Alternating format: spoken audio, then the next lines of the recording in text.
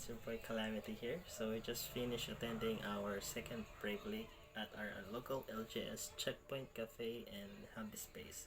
So you heard it right, it's second, even though we're already starting our cookie journey. So our first PL that we attended, I didn't manage to create a video diary from it because I haven't thought about it. I'm sorry. So right now I just wanted, we're already starting creating vlogs or diary about our journey, and also for me to share my thought process and experience across being able to play cookie run competitively.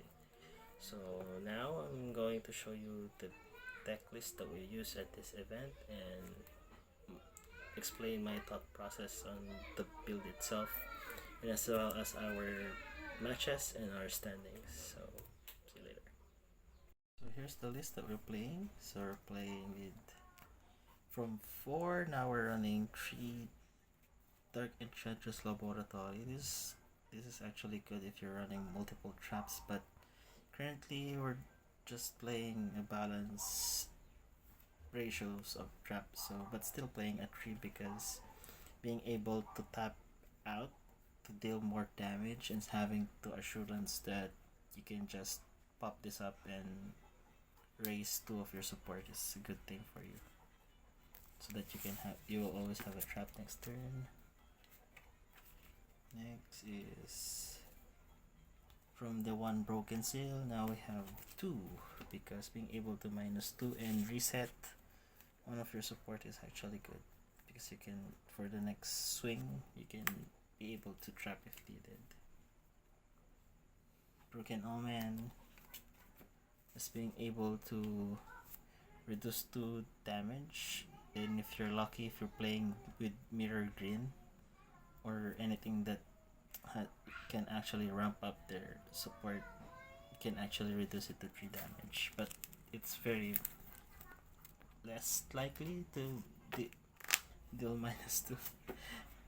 Being able to stall for 2 damage is already good enough.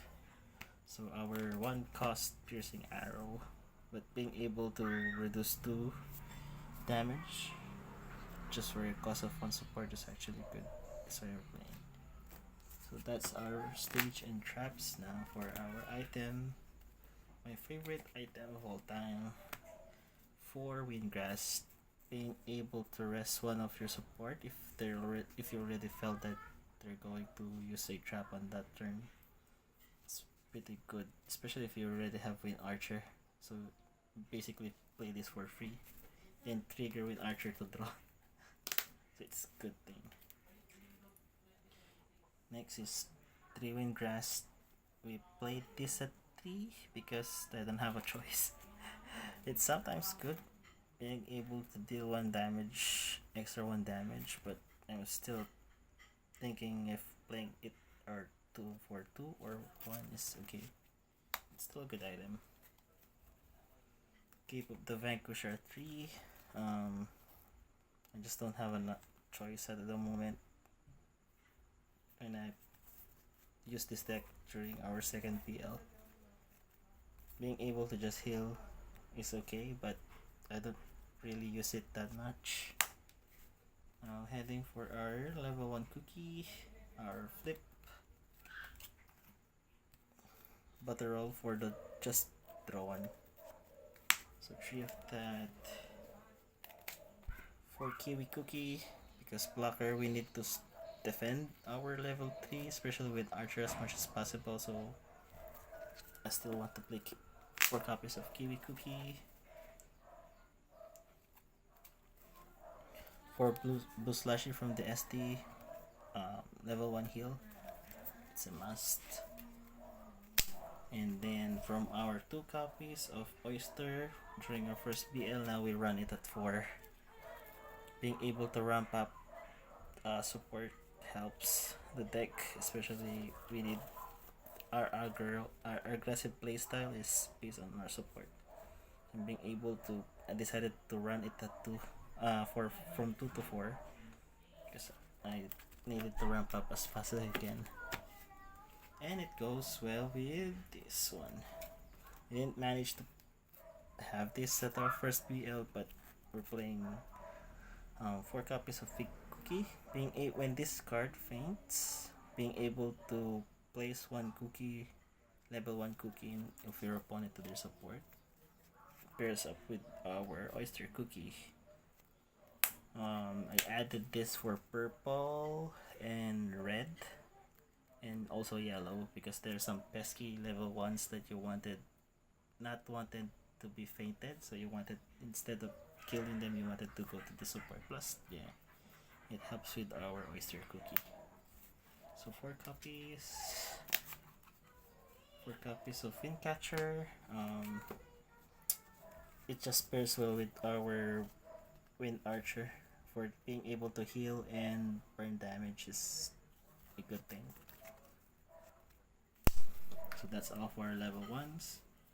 Level 2 is 4 Cucumber Cookie. I decided to play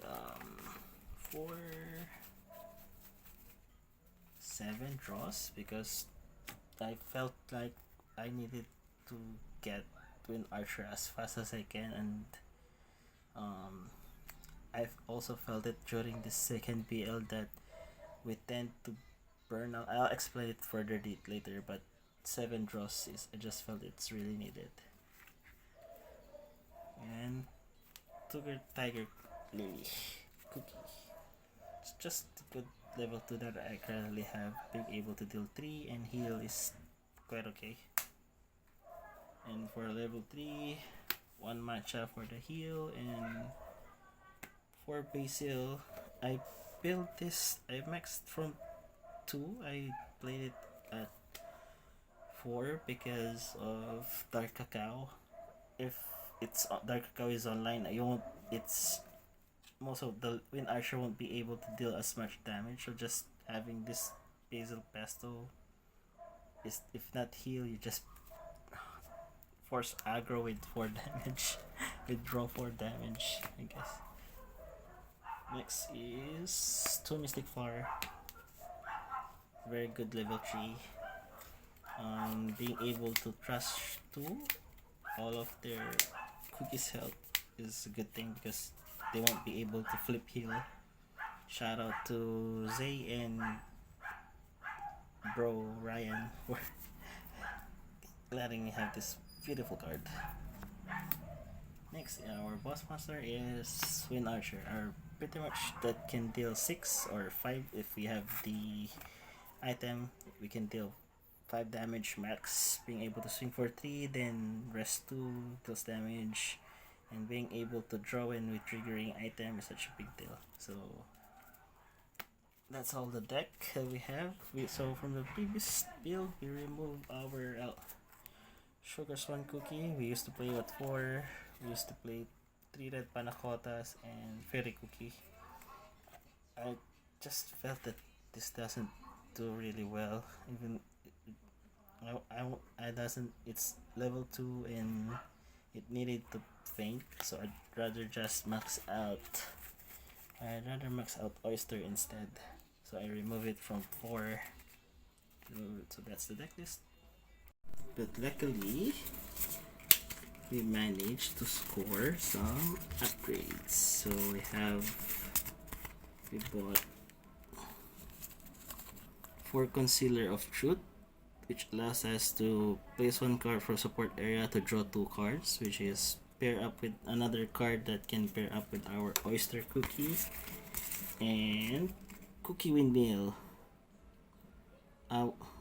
This trap will allow us to recycle our important cookies from the trash to support, especially if we already have Mystic Flower to our hand. We can recycle our Wind Archer if needed, and our second copy of Mystic Flower if needed. And also thanks to Abby for adding a score with the Ladybug. Now we have another item that can deal damage and ramp up our support area. So that's all for today. I'll see you next time.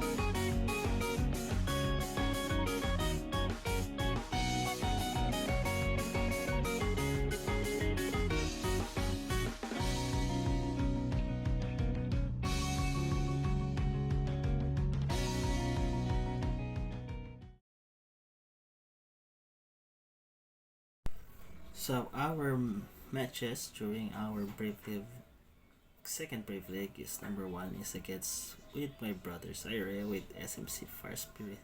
I made a misplay here, being able to feint his two level 1 cookie, and I've been greedy with Mystic Fire and killing both of his cookie. Him being able to play another red SMC, managed to win him the game. So that's our first loss during round 1. Now we have round 2 with Miss Jules with another red deck. But during this game we were able to grind the game down until we were able to draw Mystic Flare, and Mystic Flare being able to board wipe Miss Jules' board and allowing us to win this time. So round 3 is with our Red Master Abby. It's really difficult. I made two mistakes here. First one is during break level 2. I shouldn't just played with Wind Archer earlier, but yeah, I should just played Wind Archer earlier so I could deal early damage. And second is I shouldn't just played a second copy of Wind Archer. First play second my second copy of Wind Archer during my cookie fainted, so that on the next turn I will be able to have my Wind Archer at full health. So we lost at our Red Master Abby there. So round 4, my fellow green Ate Jamie, still another grind game, but she was able to draw her Mystic Flower and board wipe our board state and lose the game. So round 5 we played against yellow, and from there we didn't able to get our pieces to get rid of the level 1s like our Fig Cookie and Oyster combo, and he managed. On the late game we really ran out of gas. We already have 3 Wind Archer on the trash and 2 Mystic Flowers at the health, so we can't really do so many damage during this, especially it's yellow. So we made 1 win and 4 losses from our previous 3-2 win at our first BL, but still it was a good opportunity and learning curve. Like I mentioned earlier, I've maxed out our draw flips because I felt that during late games we really needed to replenish our hand as fast as possible, getting Wind Archer as much as possible for him to avoid going at our health, because we don't have yet any access to recycling him from the trash. And also during we're played against multiple reds, so there are instances that I'm being conservative with my hand card, as they're only either 4 or 3. So I decided to max out I felt that with the 7 flip draws it still wasn't able to help us with this scenario.